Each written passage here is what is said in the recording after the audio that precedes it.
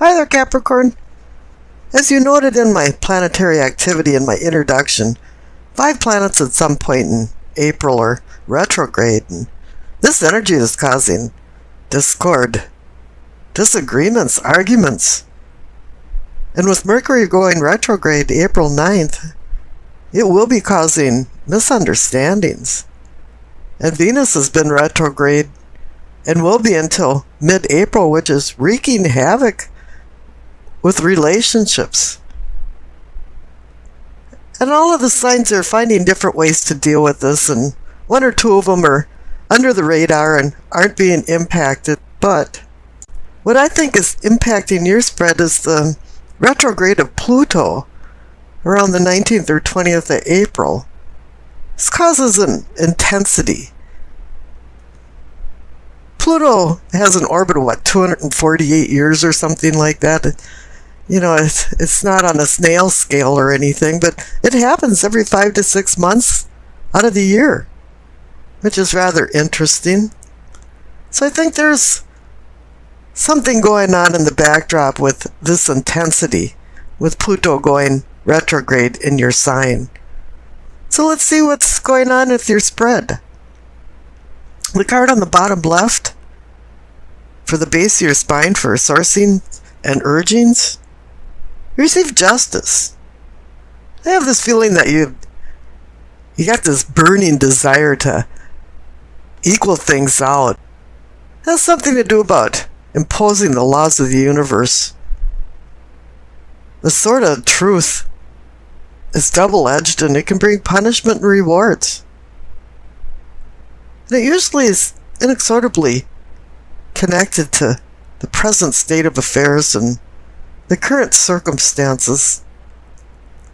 However, in this case, I'm kind of feeling like it more has to do with judgments and decisions. This can be about courts and court systems and contracts and agreements and negotiations. But the courts are where judgments are made and decisions are rendered. And if you notice on the left, the past card is the judgment card, and judgment is the ability to make decisions. And it kind of appears like the whole spread is about making decisions. But here for you, it seems like the equilibrium of the scales is rather tenuous and really fragile. And that just a mere wisp of a breath can offset these scales. Kind of feels like you just launched into this justice and equilibrium idea. Something come speeding in last minute, and you're finding out that with things changing and the intensity of this retrograde, that you want to find some comfortable balance in your life. The clarification card is the star. It's a beacon bringing you into a safe harbor to moor your boat. It's a guide telling you where you are on the earth, your position relative to the stars. Dante used the star to find his way out of the inferno that he considered hell. And for me, I'm kind of feeling like you're using this healing and hope of the star to ground this idea of justice. There is healing going on related to this justice card, and whenever there's healing, there's always hope. Let's just hope that you're not feeling the sort of accountability for some of your behavior or actions.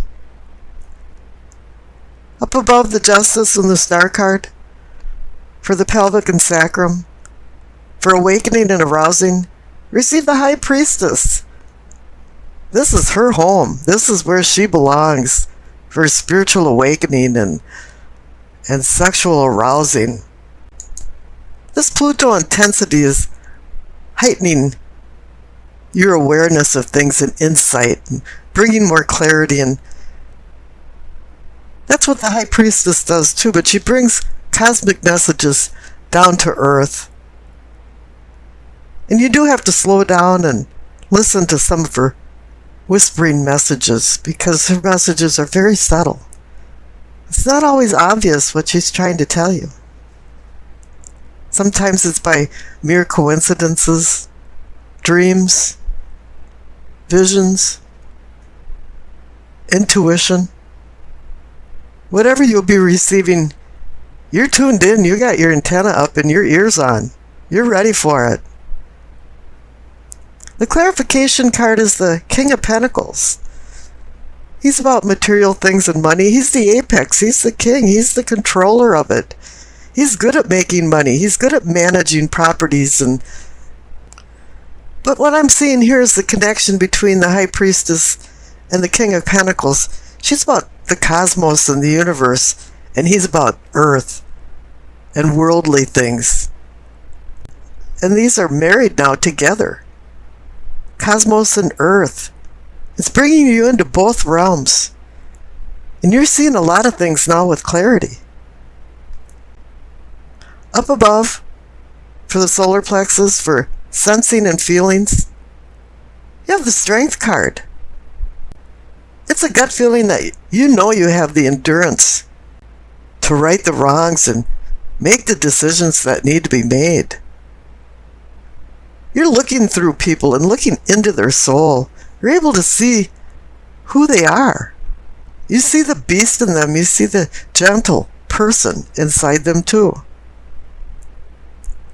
And the clarification card is the Ace of Pentacles. As with any ace, it offers a new beginning. It extends possible gifts of value and fates of fortune for wealth and even health. This card appears as a talisman of good health and gaining good health after an illness. The word pentacle in French is pentacle, and pen means to hang, to, and call, neck. So it's a talisman with protective powers that you hang around your neck. And this brings healing and brings realistic dreams if you're willing to put in the hard work to seek the rewards. But Rome wasn't built in a day, and don't expect this to happen overnight. But it is giving you the promise of earthly prosperity. The center card for the truth of the matter, or the situation, is the Queen of Swords. She holds the sword of truth in her hand. For fair decrees, you're back to the Justice card. But it's air. Air can be Gemini, Libra, Aquarius, or somebody that personifies these particular traits, male or female. The one thing the Queen can do is perceive lies. And she's like the King of Swords too, because she doesn't use emotions in her decision making. She uses logic and intelligence. The clarification card is the Two of Cups, the mini lovers card. This is about relationships, but it doesn't have to be love. It can be a union of some sort, or a partnership. But really the key to the Lovers card and the Two of Cups is harmonious relationships and making good decisions. It's about temptation and making decisions of vice versus virtue. Now the connection to the Queen of Swords is that she wants you to use your intellect and not let emotions get in the way of the decision making. On the bottom right, for the throat, for communicating and teachings, receive the Magician. As is above is so below, and he's pointing up to the Two of Pentacles, the Decision card. The Magician is building. He wants to build by just his pure will. He can make something out of nothing. But you're not quite done yet. Because the clarification card is the Nine of Wands. This guy's been through a bunch of battles and he's in a timeout, a respite. He's wrecked, bruised, cut, tired. And he knows he has to go back into battle, but the number 9 is a completion card. He's getting close to the finish line, and he knows now that all he needs is a little bit of a leap of faith, and he is going to jump over the finish line so he can start building and making these decisions that's been building up throughout this whole spread. Now in the third eye, for seeing and envisioning, as I mentioned, you receive the Two of Pentacles.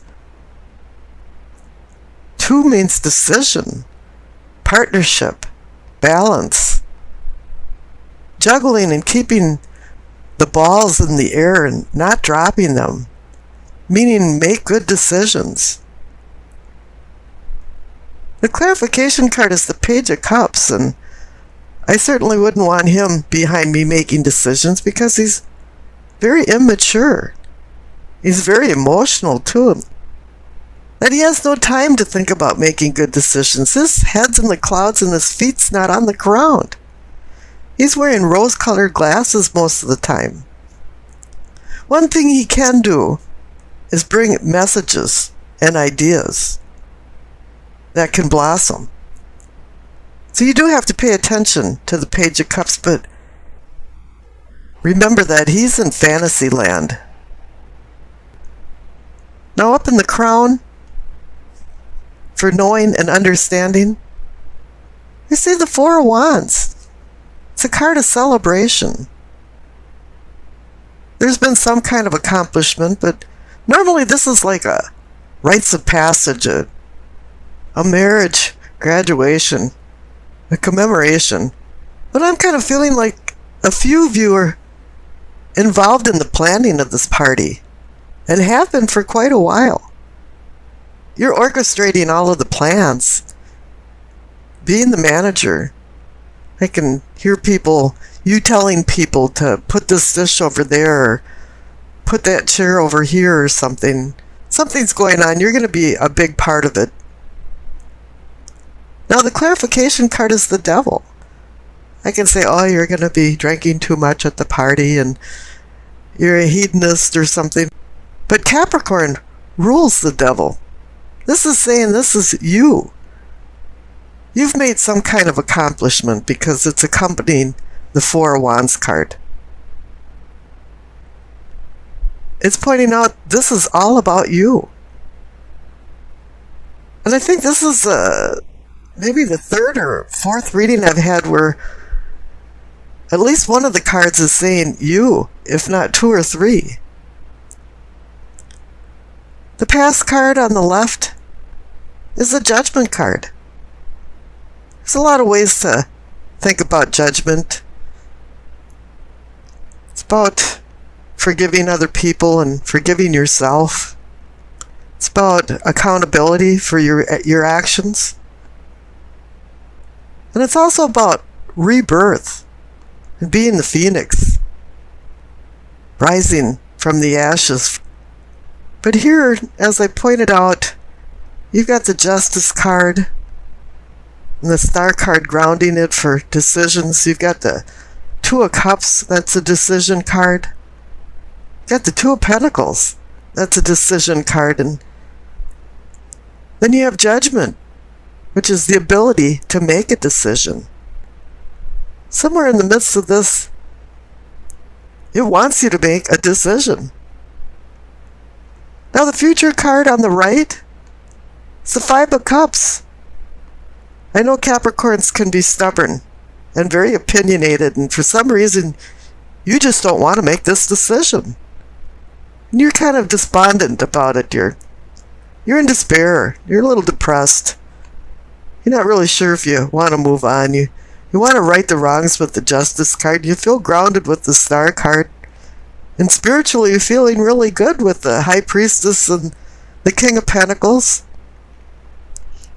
You've been given strength and a new beginning with the Ace of Pentacles. And here the King of Swords wants you to think a little more unemotionally, unattached, or more detached to make a good decision. And you're saying, I'm not really sure if I want to. And I pulled a clarification card for the Five of Cups, and you received the Seven of Cups. If you didn't believe that you were supposed to make a decision, well, there's the decision card. And the Seven of Cups is about making a difficult decision. It's about many things. You know, you go to a restaurant and it's got 35 different things on the menu, and they probably don't make any of them well. Instead of walking into a restaurant where they have 4 things on the menu and they make all of them quality. But now you have to decide which cup you want to take, and each cup has a different poison or prize. And you're wondering which cup you should lose and which cup you should choose. There's some intense energy going on here, and I'm not quite sure, since this is a general reading, what type of decision or decisions you're going to make, but you're going to have to make some. Okay, now the Doreen Virtue card, messages from the angels. You received Adriana. I am leading you towards the answer to your prayers. Please listen to and follow the steps I am communicating through your intuition, thoughts, and dreams. With the presence of the High Priestess, your spiritual awareness is really heightened, as Pluto is going retrograde into Capricorn. And still, you're grounded with the King of Pentacles. The Star is grounding justice. The Strength card is grounding the Ace of Pentacles. The Magician is grounding the Nine of Wands. So you have a lot of energy here. And it will give you the answers, because the answer is your decision. And really, not making a decision is a decision. So let's get into the spread. The center cards for the present, receive the Eight of Wands and the Five of Swords. Eight of Wands is sudden change. It's also very positive sometimes. It's about change where things were going right, and all of a sudden it's just smooth sailing. You're thinking, why hadn't my phone worked right for the last week? And all of a sudden, all the calls are coming through. This can also be a message, something that dramatically changes your life, or is just a small message that starts getting louder and louder and maybe explodes to something a little bit more. Now the clarification card is the Five of Swords. I always like to call this a skirmish in the conflict of life for you to find the purpose of life.